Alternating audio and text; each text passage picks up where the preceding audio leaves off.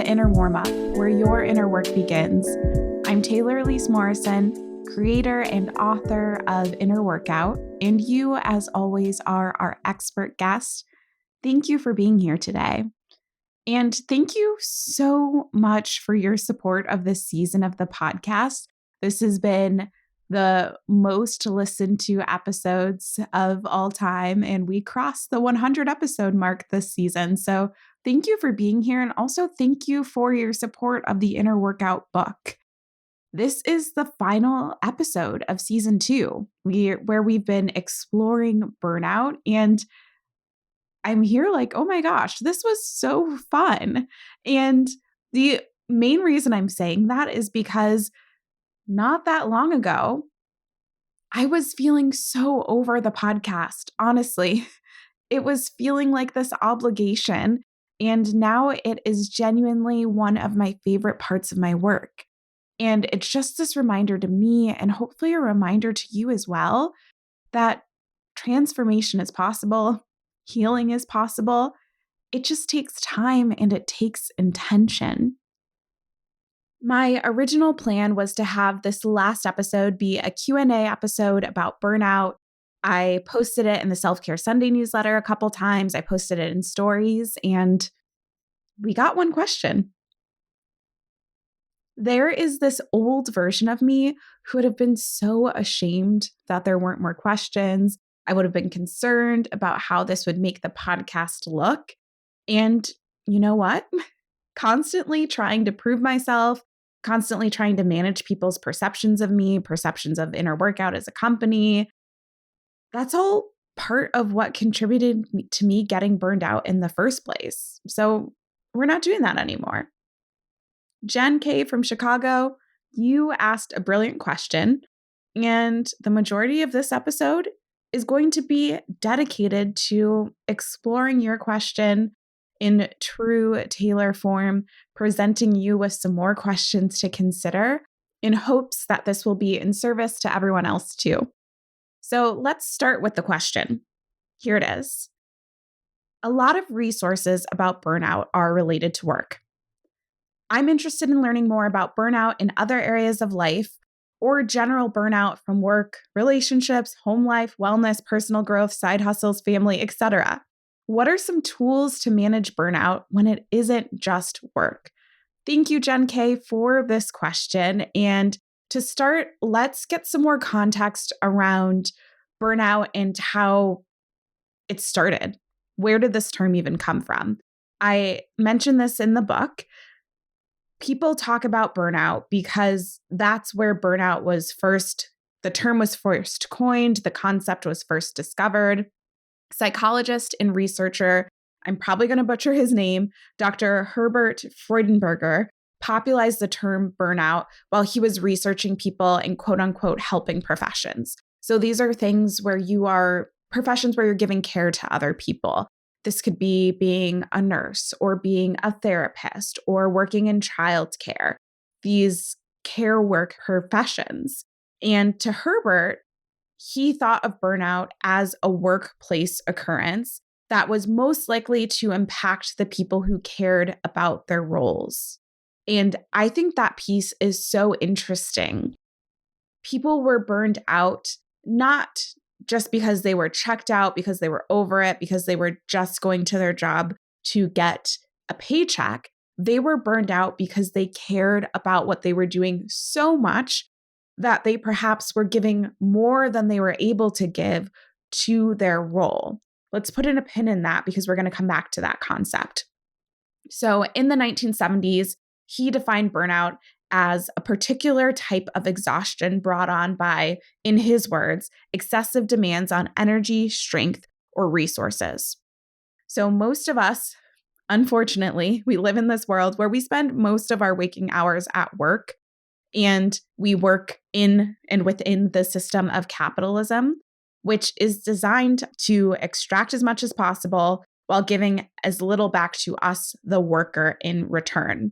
So this is why most people talk about burnout as it relates to work, because that's how this all came to be. This researcher was looking at people who cared about their jobs at work, who were giving a lot of themselves in their work. And that's why we talk about it in that context. But to your point, Jen, we're not only burned out solely because of work, and it's possible to experience burnout in other areas of our life.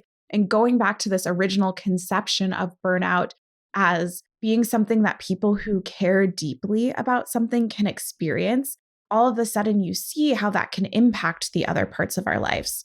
Certainly, you could be, well, I can't say certainly because I have not experienced this personally, but I would assume that you could be burned out as a parent because you would care a lot about your kids.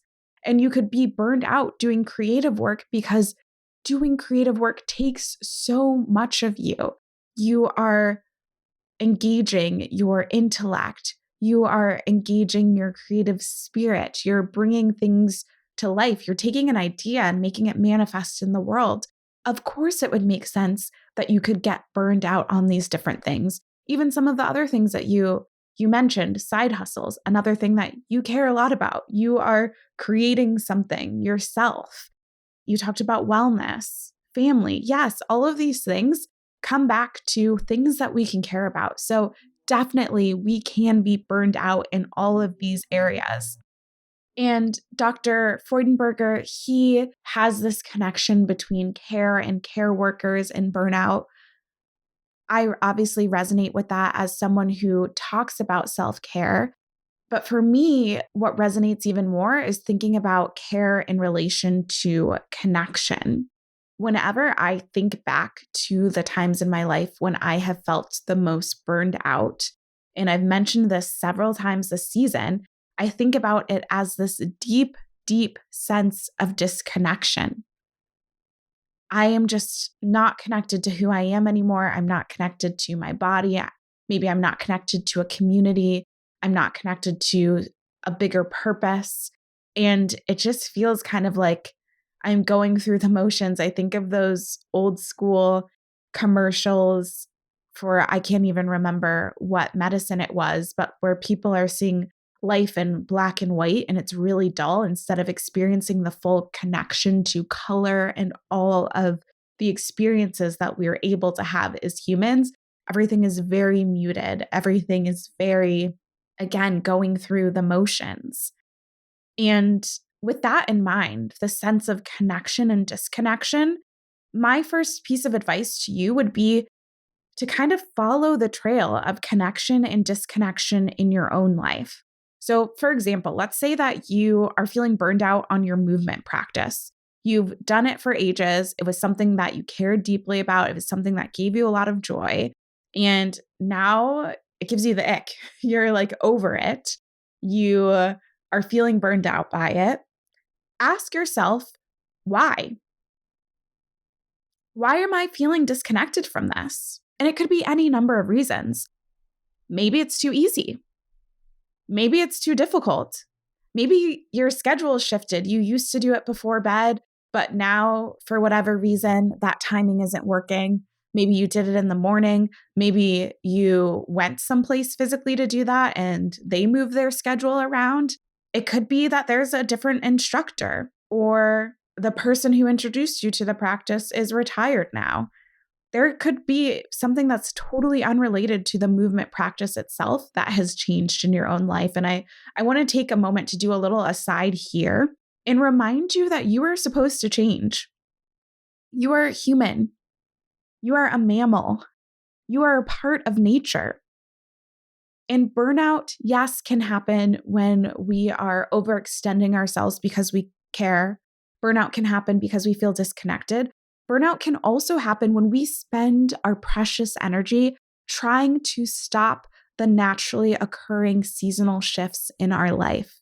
And I don't just mean seasonal as in we're moving into spring here in the Northern Hemisphere, but we are meant to change and evolve as our environment changes and evolves. And when we get burned out, sometimes it's because we're digging in our heels and we're like, no, things need to stay the same.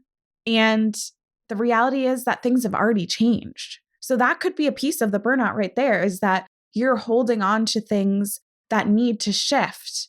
And the energy that you're taking trying to keep things the way that they were is draining you to the point of burnout. And again, that could be from a movement practice, that could be not acknowledging a change that's happened in your relationships, that can lead to burnout too. So if we go back to this movement practice that isn't doing it for you anymore, can you pinpoint a time when you did feel connected to your body? And start with the recent past. And then you might realize, oh man, it's been a while since I've actually felt connected to my body through movement. Go back as far as you need to.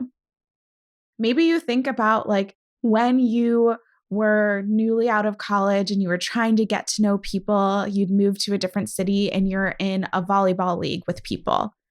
And that was the last time you really felt connected to your body and connected to a community while doing that. And you start thinking like, okay, can I join a volleyball league? Maybe you get really nostalgic and you think about how you used to rollerblade around your neighborhood as a kid. And you're like, oh, maybe I need to get some rollerblades or dust off an old pair of rollerblades that I had as an adult. So that's just one example of what it can look like to trace the connection and the disconnection in your life to get you to a place where you have answers. And you could do that for work, certainly, but it works really well in your personal life. If I'm not feeling connected in a relationship, if I'm not feeling connected to some ritual that I had for my well-being, why? What has changed? No judgment in those questions. The expectation is that we do and we should change. And then what is something that has brought you a sense of connection in that area of your life? And what can you build around that? My second exploration for you in answer to this question is to be honest about your capacity and your priorities.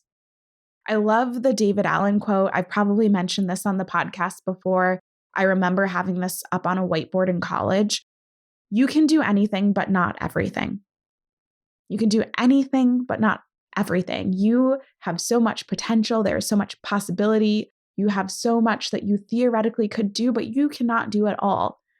And so when you're trying to do it all, even if it's good things that are theoretically good for you, things that you enjoy, things that you have to do to just be an adult human in this world, that can still be too much. Too much is too much, no matter if it's too much of a good thing or too much of something that you don't like. After a certain point, it can start to wear on you. It can still lead you down this path to burnout. And I mentioned in the last episode where I was talking about the things that were really useful to me personally, you have to get really clear on what you want to do and honest about what you need to do, as well as what you are able to do. And those can sound like I'm just repeating myself. I'm saying the same phrase over and over, but I'm not. What you want to do, what you need to do, and what you're able to do, there can be significant overlap, but there can also be some distinctions between those three categories, and those distinctions might be pinpointing places where you are particularly prone to burnout. And I love the approach that the Lazy Genius takes to this, where she's got this concept of finding out what you want to be a genius at, and then allowing yourself to be lazy at everything else. And not lazy as a derogatory term, but lazy as like, I'm going to allow this to be easy. I'm not going to overachieve in this area. Sometimes I'm just going to check the box and that's okay. I don't need to like go above and beyond in every area of my life. And so from a wellness perspective or from a personal development perspective, you might realize that at this point in your life, you don't have the capacity to do this extravagant journaling practice every day or every week.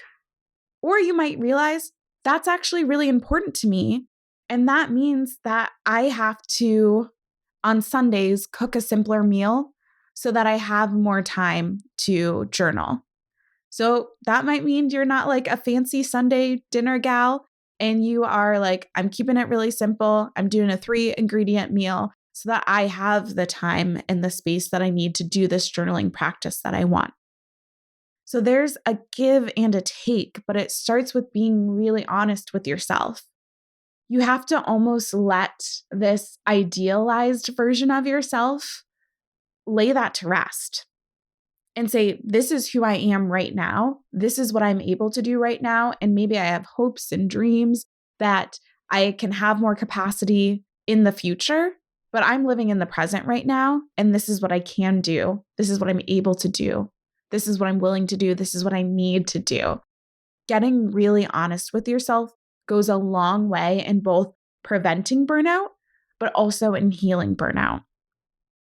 And then the final thing that I would add in response to your question is to incorporate more fun and play and take things less seriously. And this is me like speaking to myself.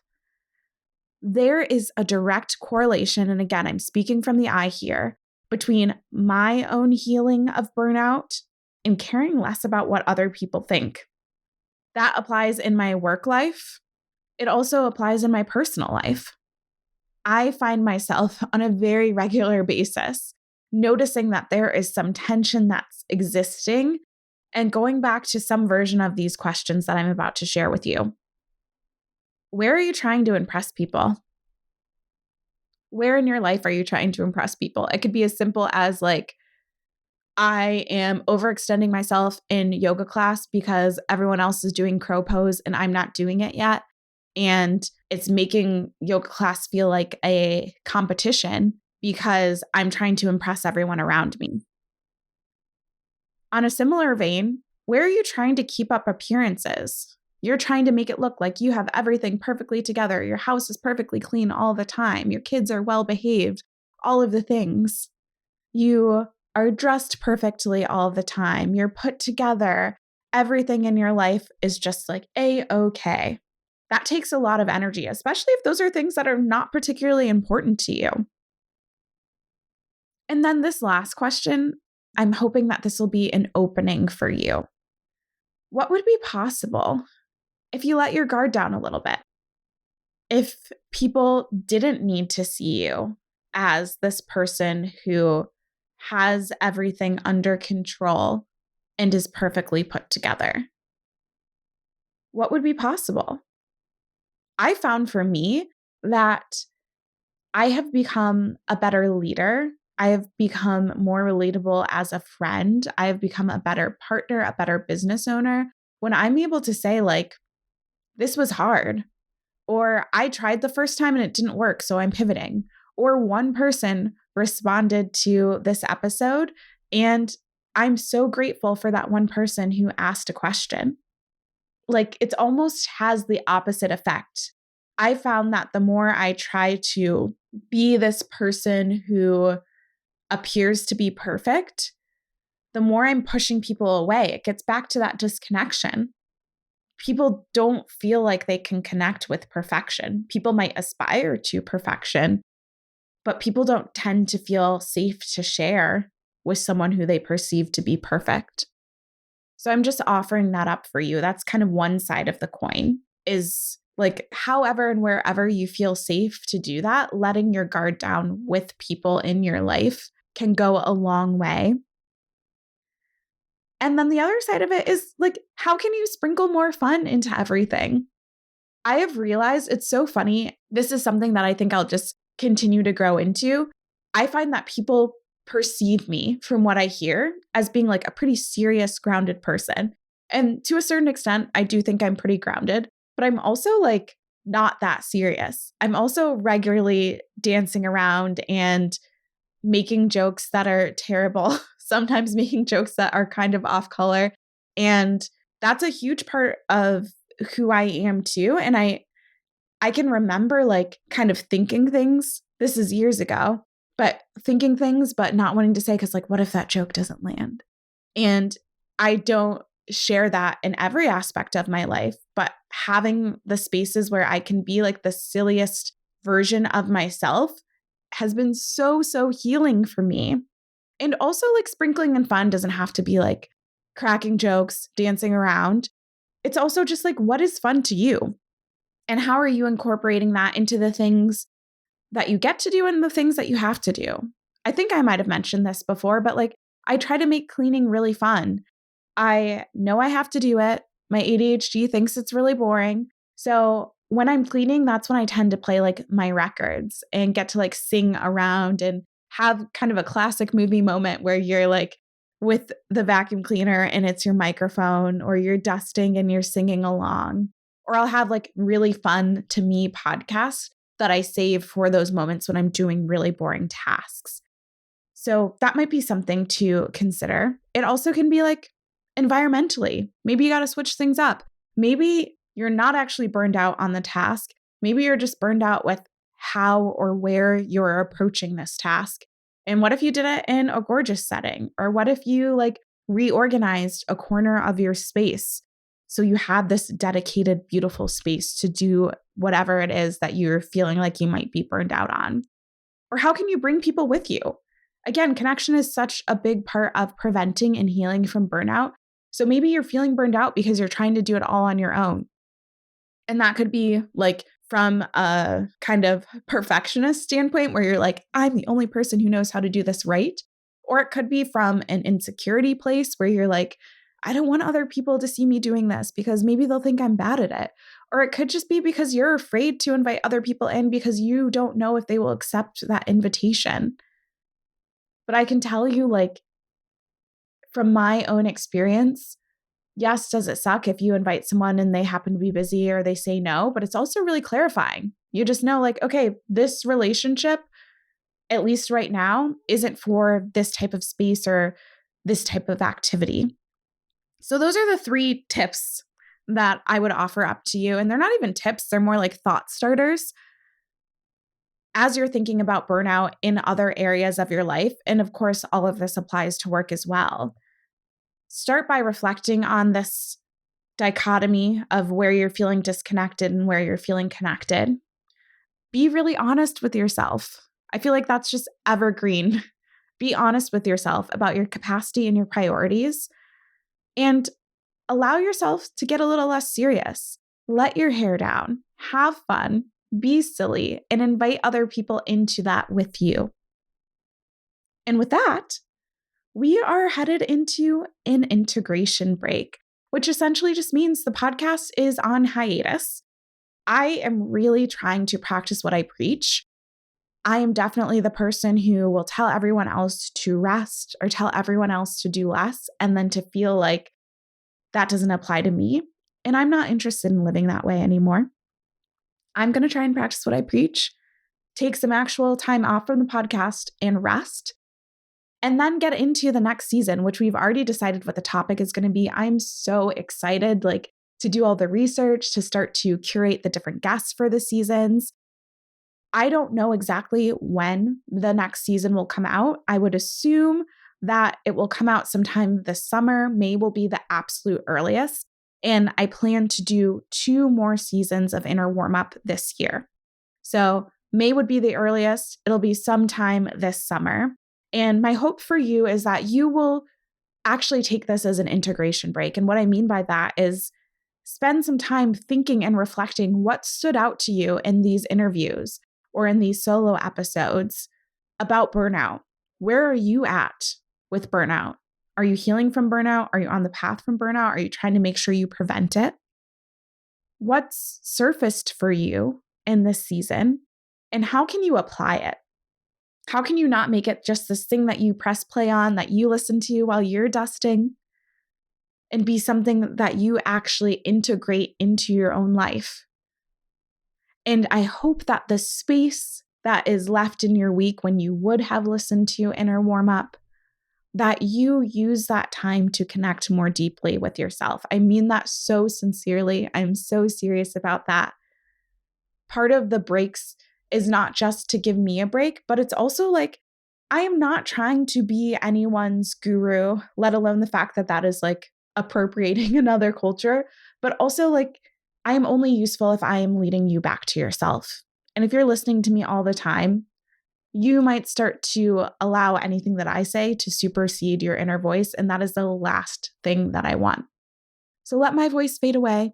We can still stay connected through Self-Care Sunday newsletters, and I will be hosting workshops with some of the new content from the book in the coming months. We can still stay connected, but I hope that your inner voice gets louder and that you get more deeply connected to it.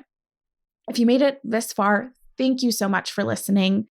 Thank you for making this season just a delight to work on.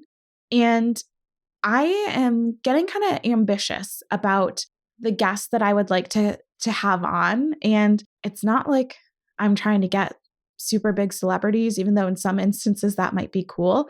I'm really interested in like talking to researchers and practitioners. And one way that I can show them that people listen to this podcast is through ratings and reviews. So if this has meant something to you, if you've enjoyed this episode this episode, but also this season, please take a moment to rate and review, especially on Apple Podcasts. It makes a difference, less so for people discovering the podcast and more so for me to be able to say, yeah, people really like the conversations that are had here. And I think I want next season to be almost exclusively interviews, but if I get feedback otherwise, I'm definitely open to it. But I just love the conversations that were had and the people who were brilliant at what they do. And I want more of that magic here. Okay. Thank you so much for listening. Thank you, as always, for your expertise. And until I record again, take care.